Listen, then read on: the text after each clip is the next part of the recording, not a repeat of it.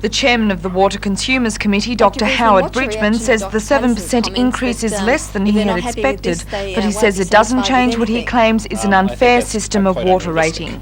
While it's very nice to have a general overall 7% across increase from one year to the next below inflation rate, it still does not solve the basic problem in the system.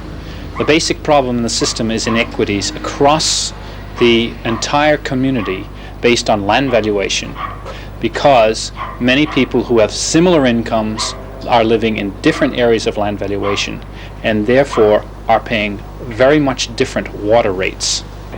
Dr. Bridgman says he expects a good crowd at tonight's meeting at the Newcastle Workers Club, but judging from opinions sought in Hunter Street today, feelings appear to be mixed. Well, I think it stinks. I've put a spare point in to try and save water consumption because last year they hit me for $60. Well, and they gave me $30 back. We've got some discount after I picked up a fuss about it. But other people I know only in that area only paid I take the view they know more about it than I do, and therefore I can see the way the trend was coming. I would go along with what they say. This time there's only been a rise of 7%, which is under the inflation. Do you think it's fair? Rate. No. But what about last year? It was 17 or 18% rise, wasn't it? Coupled with the according to the minister, whoever in charge of it, he said owing to the reduced consumption of water, consumption of water would save a fair amount of money. The water board would save a fair amount of money, and the consumer should be reimbursed. Now this chapter said that we'd got a 10%, but to have the kindness of increase, but to have the kindness of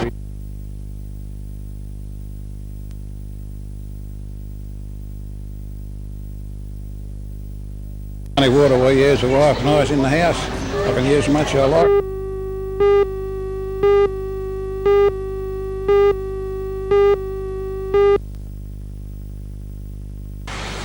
The New Jersey curb, as may be suggested by its name, was designed in America. Motorists who travel to Sydney may have seen one on the Hawkesbury Expressway, but this is the first to be built in the Hunter. This section of the highway at Katara is notorious, with 2 people having been killed here in the last 2 years. It's a safety provision designed to deflect a vehicle back to its right path. On the other side of the city, motorists are experiencing delays as men work to repair the Strait Bridge. The bridge was damaged some 2 years ago, and since that time the engineers and Caninians have been working on a way to bring the bridge back to its original state. 2 diagonal and 1 horizontal truss have to be replaced at a cost of $200,000. The welding operation is a delicate one and requires a minimum of vibration. Both lanes of this bridge will be closed on Sunday from 7:30 until 9:30 at night.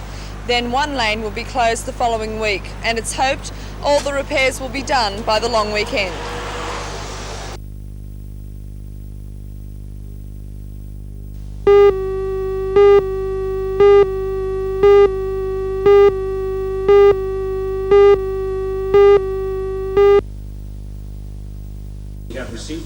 The Hunter District Water Board Consumers Committee is claiming a success after last night's roll-up. It was more of a membership drive, which now gives the committee the financial backing it needs to carry on the fight against the system of water rating using the land valuation component. The residents were full of anger last night over the board's 7% increase in rates. I'd just like to ask Dr. Patterson a question, because if it's one thing that has sort of characterised his whole approach in the press, on the radio, everywhere I've heard him, it's the gigantic con trick that he's trying to perpetrate against the people of Newcastle, as though he's doing us a favour. Now, after some were allowed to let off steam, the committee was voting on the Constitution, giving Dr. Patterson a break. Clear on that? In general business, it started again. By this time, a small majority of those present decided to stop paying the land valuation fee and instead pay a fixed charge of $100. And I was told today that they're coming next Tuesday to turn the water off. we try to be big-hearted, but if you'd like it to, If you'd particularly like it turned off next Tuesday, give me your name and address and I'll see if I can arrange it. I'll do that afterwards. What That'll save me happens now making will depend on the alternative. conviction of those who say they'll not pay a proportion of their water rates. But the Consumers Committee has promised it will continue the fight against what it claims is an unfair system of charging. Burden upon another. It is unbelievable that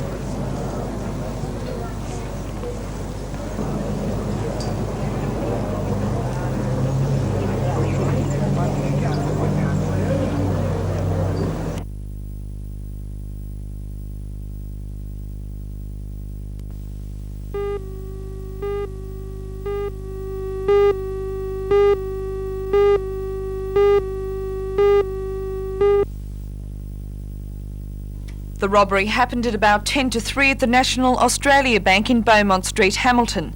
Police say the 20-year-old woman handed over a note demanding money. She's 30 years of age and held the bank up, but we've only got brief details at this stage. Do you know how much money she took? No, not at this stage. They haven't been able to work out how much. Thanks. Moderate amount. No weapon was produced, but the woman, who was wearing blue jeans, a brown jacket and a brown beanie, claimed she was armed. Witnesses say she escaped in a waiting taxi carrying a brown plastic bag containing an undisclosed amount of money. Police are continuing their search for the robber.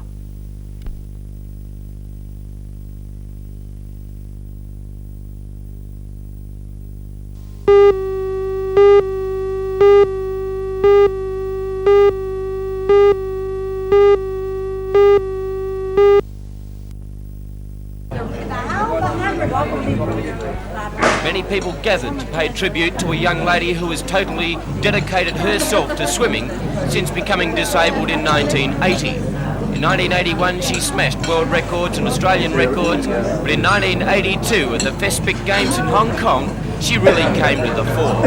Have a listen to these records. She broke 5 world records at the Fespic Games, all in swimming in the short course. 100 metres breaststroke by 6 seconds, 100 metres backstroke by 5 seconds, the 200 metres individual medley by 12 seconds, and the 400 metres freestyle by nearly 2 minutes. A record that is truly outstanding, a record that was only achieved through a lot of hard work and dedication. But it's always said that when your emotions are running high, it doesn't matter how strong you are. Sometimes they get the better of you. What can you say about a sports? Well, thank you to the New South Wales Sportswomen's Association for this award. Thank you for the night. Also, thank you to Mr. Austin for the kind words and Mr. Geddes. I just wanted to say that I agree with your part about believing in yourself. And I wanted to thank my tower of strength, my mother and sister. And thanks for all coming tonight.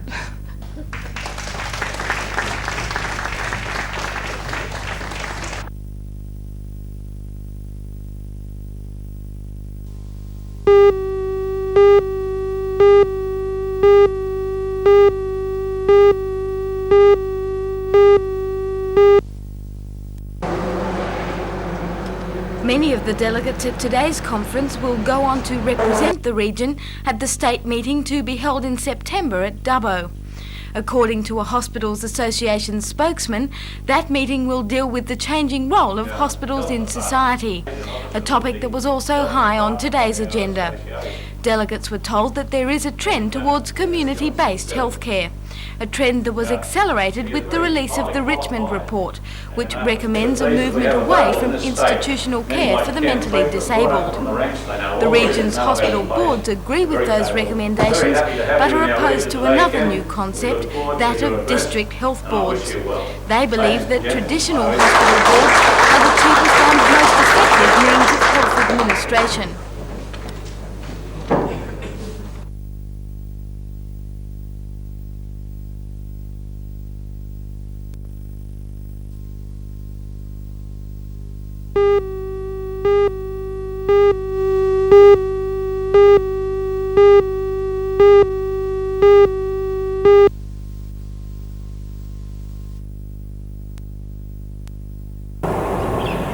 Plant a tree. That was the theme for the 1982 Year of the Tree. Now a new program has been launched to keep up the momentum of regeneration. The Greening Australia plan was outlined to a number of local government and service club representatives at Tokal College today. The keynote address was given by Dr. Alec Costin from the Centre for Resource and Environmental Studies in Canberra. Dr. Costin says for too long people have been ring-barking and bulldozing trees without any real thought for the future. I like to think the by far the best thing that farmers can do is to develop a complete tree planting strategy for the farm, and to do this in conjunction with the farm plans that are available through the Soil Conservation Service. These farm plans are based on the natural characteristics of the land, including slope, drainage and soil, and therefore are potentially suitable for any on-farm operation, including tree planting. So as well as the individual measures that a farmer can undertake himself, I feel that he's got everything to gain by endeavouring to have a farm plan prepared for his property, and in particular to ask that the tree planting component be made an important feature of that plan.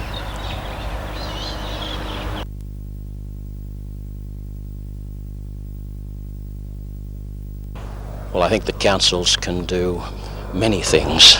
It's difficult to know where to start.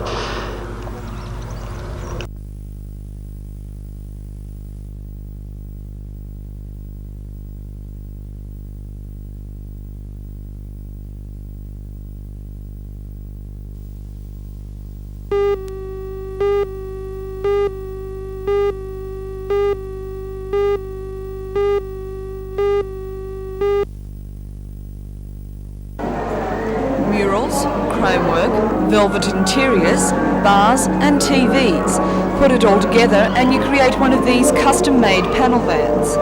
These cars have hundreds of trophies between them, collected from shows throughout Australia. Each van has a theme which determines the colours, murals and names, a distinctive touch.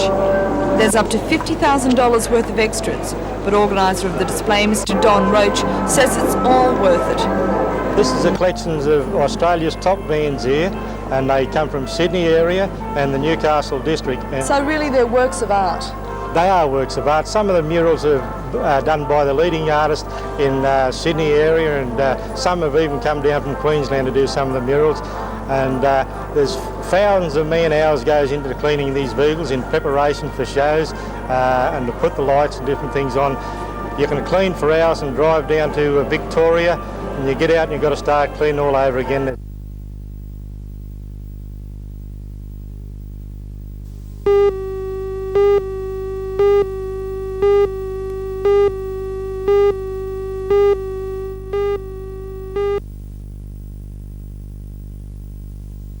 In the windy conditions, Coe left it until the last 200 metres to pour on the pace. The Russian Kirov was left struggling in his wake. Ko used the run as part of his preparation for the world titles in Helsinki in August, but the time of just over 4 minutes was his slowest in 5 years.